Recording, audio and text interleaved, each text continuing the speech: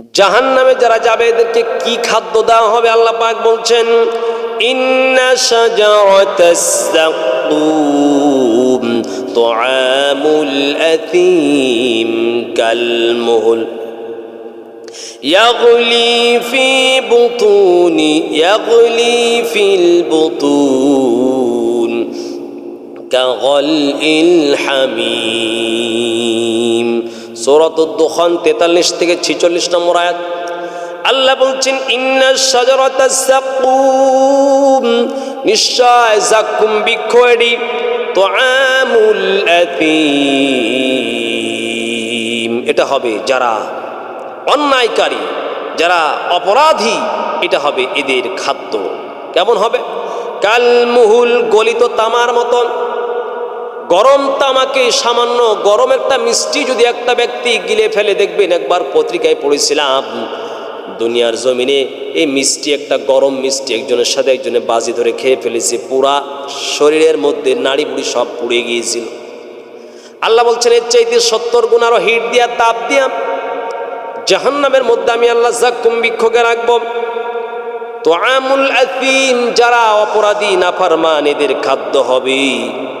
এদের খাদ্য হবে এটা আর শোনো কালমুহুল এটা হবে গলিত তামার ন্যায় আর আল্লাহ বলছেন ইয়াগলি ফিল বুতুন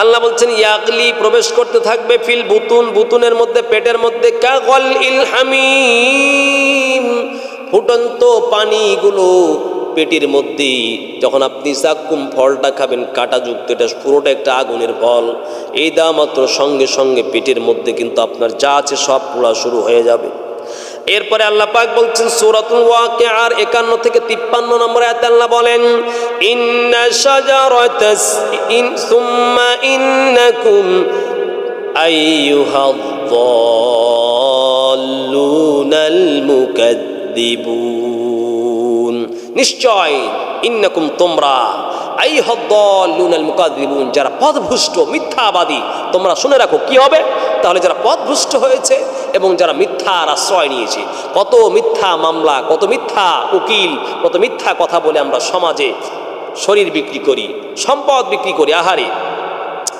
আল্লাহ পাক বলছেন শোনো বান্দারা যারা মিথ্যাবাদী যারা পথভ্রষ্ট লাআকিলুনা মিন শাজারিম মিন যাক্কুম লাআকিলুনা অবশ্যই তোমরা মিন শাজারাতিম মিন যাক্কুম মিন শাজারিম মিন যাক্কুম যাক্কুম বৃক্ষ থেকে তোমরা ভক্ষণ করবে ফামালিউনা মিনহাল বুতুন আর এই যাক্কুম বৃক্ষ থেকে তোমরা ভক্ষণ করে তোমরা তোমাদের উদর অথবা পেট পূর্ণ করবে আহারে মুসলমান ভাইরা এই যাক্কুম এমন এক মারাত্মক বৃক্ষ এটা যাক্কুমের পরিচয় কি কোথা থেকে হয়েছে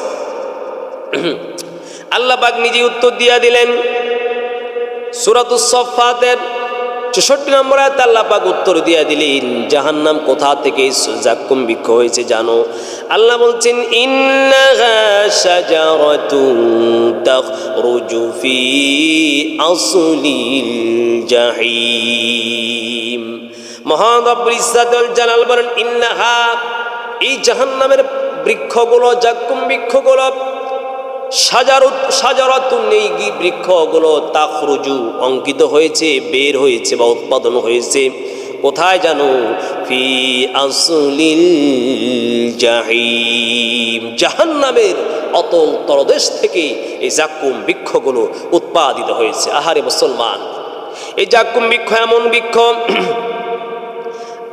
মুফাসসিরুল কিরাম ব্যাখ্যাবিদগণ বলেছেন যাক্কুম বৃক্ষ এত তিতো ফল এবং এত মারাত্মক তিতা এবং দুর্গন্ধ দেখবেন আপনি সুস্বাদু খাবার খেয়েছেন যখন প্রচণ্ড বেগে মারাত্মক দুর্গন্ধর কাছে আপনি যান দুর্গন্ধ যন্ত্রণায় দেখবেন কেউ বাসে যখন উঠে বা ট্রেনে উঠে বা প্লেনে উঠে এই যে বাসের গন্ধের কারণে সুস্বাদু খাবারগুলি ভিতর থেকে বমি হয়ে বের হয়ে চলে আসে আল্লাহ পাক বলেন এই যাক্কুম বৃক্ষ এমন ভয়ানক বৃক্ষ এবং এমন ভয়ানক ফল এটা খাওয়ার সঙ্গে সঙ্গে পেটের মধ্যে যা আছে এর তিক্ততা আর জঘন্যতা আর ঘৃণিতর কারণে সব বমি হয়ে যেন বের হয়ে যাবে তাহলে 1 নম্বরে এটা খাবে। 2 নম্বরে আল্লাহ পাক বলেন দরি, দরি নামের খাবার রয়েছে জাহান্নামে।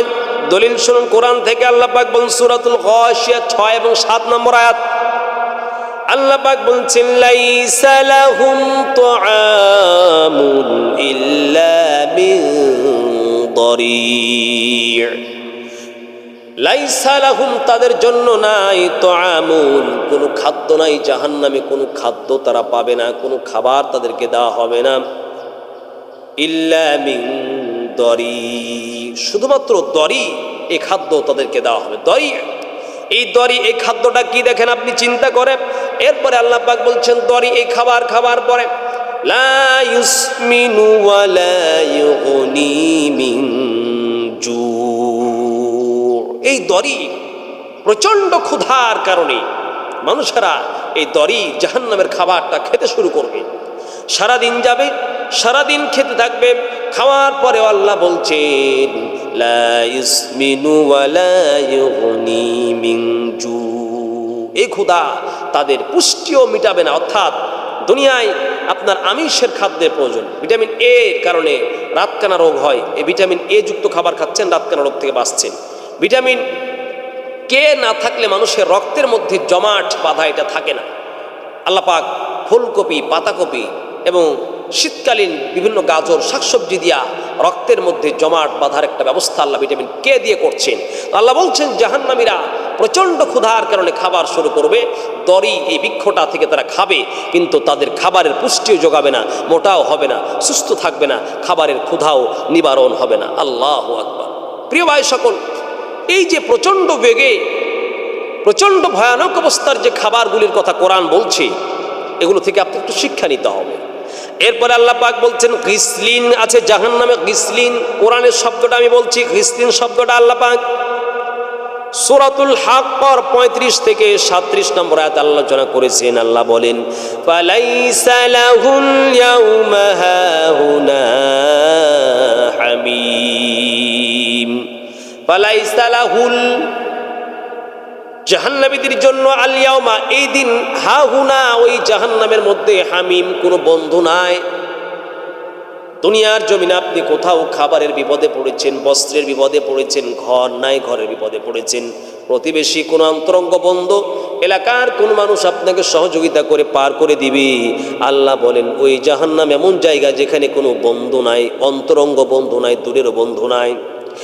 আর কি নাই ওয়ালা তুআমুন ইল্লা মিন গিসলিন, আর তোমাদের জন্য কোনো খাবার নাই ইল্লা মিন গিসলিন, শুধুমাত্র আছে কি গিসলিন নামের খাবার রয়েছে।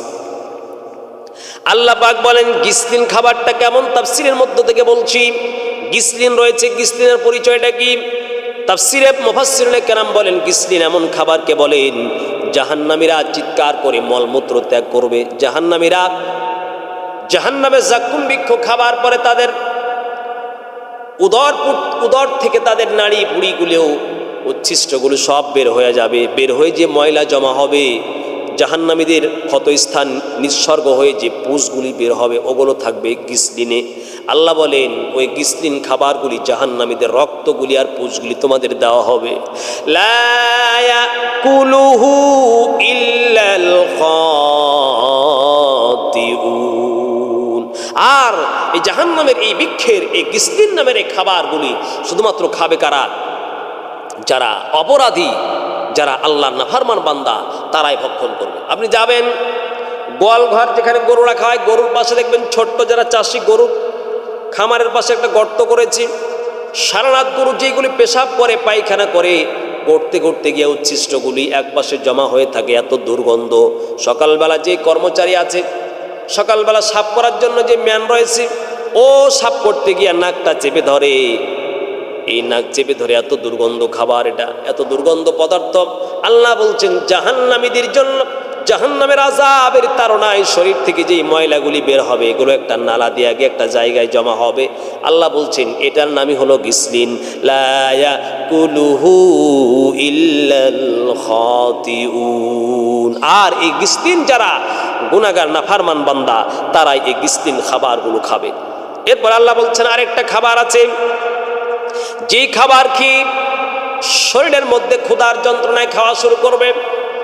দুর্ভাগ্য এদের জন্য খেতে গিয়া প্রচণ্ড ক্ষুধার তাড়নায় অস্থির হয়ে বান্দারা খাবারগুলি যখন খেতে যাবে, সঙ্গে সঙ্গে খাবারটা তো গলদকরণ যখন করতে যাবে গলায় আটকে যাবে। গলায় বেঁধে যাওয়ার কারণে, ক্ষুধা ছিল এক ধরনের অস্থিরতা, গলায় আটকে যাওয়ার কারণে আরও যেন অস্থিরতা বেড়ে যাবে। কোরআনের ভাষায় এটাকে বলা হয়েছে জাগুস্সা। আপনি আসুন সূরাতুল মুজাম্মিল 12 এবং 13 নম্বর আয়াতে জাগুস্সার কথা বলেছেন আল্লাহ, জাহান্নামীদের খাদ্য। মহান আল্লাহ বলছেন ইন্না লাদাইনা আনকালা ওয়া জাহিমা ওয়া তুআমান যা গুসসাতিন ওয়া আযাবান আলীমা। আল্লাহ পাক রব্বুল ইজ্জত বলছেন ইন্না লাদাইনা, আমার কাছে তাদের জন্য রয়েছে আনকাল, শিকল রয়েছে, ও জাহিমা এবং বেড়ি রয়েছে, আর কি রয়েছে ও তুআমান, এমন খাবার, যা গুসসাতিন ওয়া আযাবান আলীমা, নিশ্চয় রয়েছে আমার কাছে তাদের জন্য শিকল এবং প্রজ্বলিত আগুন। আরও আছে গলায় জাগুস্সা, মানে গলায় বিদ্ধ হয়ে যাবে, গলায় আটকে যাবে এমন খাবার তাদের জন্য রয়েছে, যন্ত্রণাদায়ক খাবার। এই খাবারটা জাগুস্সা, কোরআনের ভাষায় বলা হচ্ছে জাগুস্সা।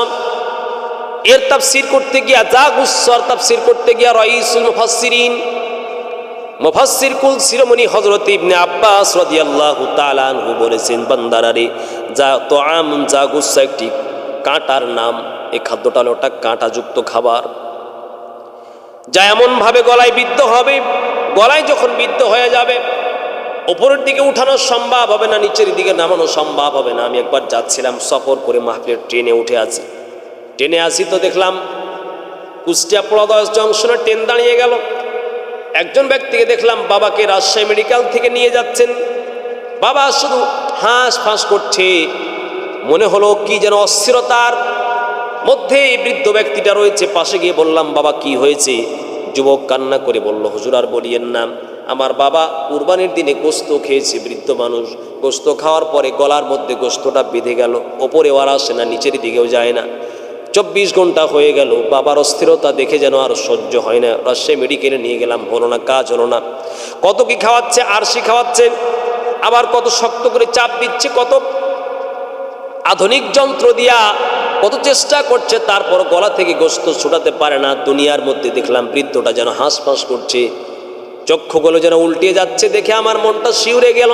শিউরে যাওয়ার পরে আয়াতটা আমার মনে পড়ে গেল, আল্লাহ তো বলেছেন যা গুসসাতিন ওয়া আযাবান আলীমা, এমন খাদ্য যা গুসসা দেওয়া হবে, গলার মধ্যে আটকে যাবে আর নিচে যাবে না। এই খাদ্য নিয়ে বান্দারা কাঁদবে আর চিৎকার করে আল্লাহর কাছে নাফরমানি বান্দারা প্রার্থনা করবে, আল্লাহ রে যা খেয়েছি তুমি কমপক্ষে ভিতরে না গেলেও আল্লাহ উপর দিয়ে বের করে দাও। আল্লাহ পাক ডাক দিয়ে বলবে, না না, এই কিয়ামত পর্যন্ত এই কষ্ট নিয়ে, গলায় খাবার নিয়ে তুমি বসে থাকো।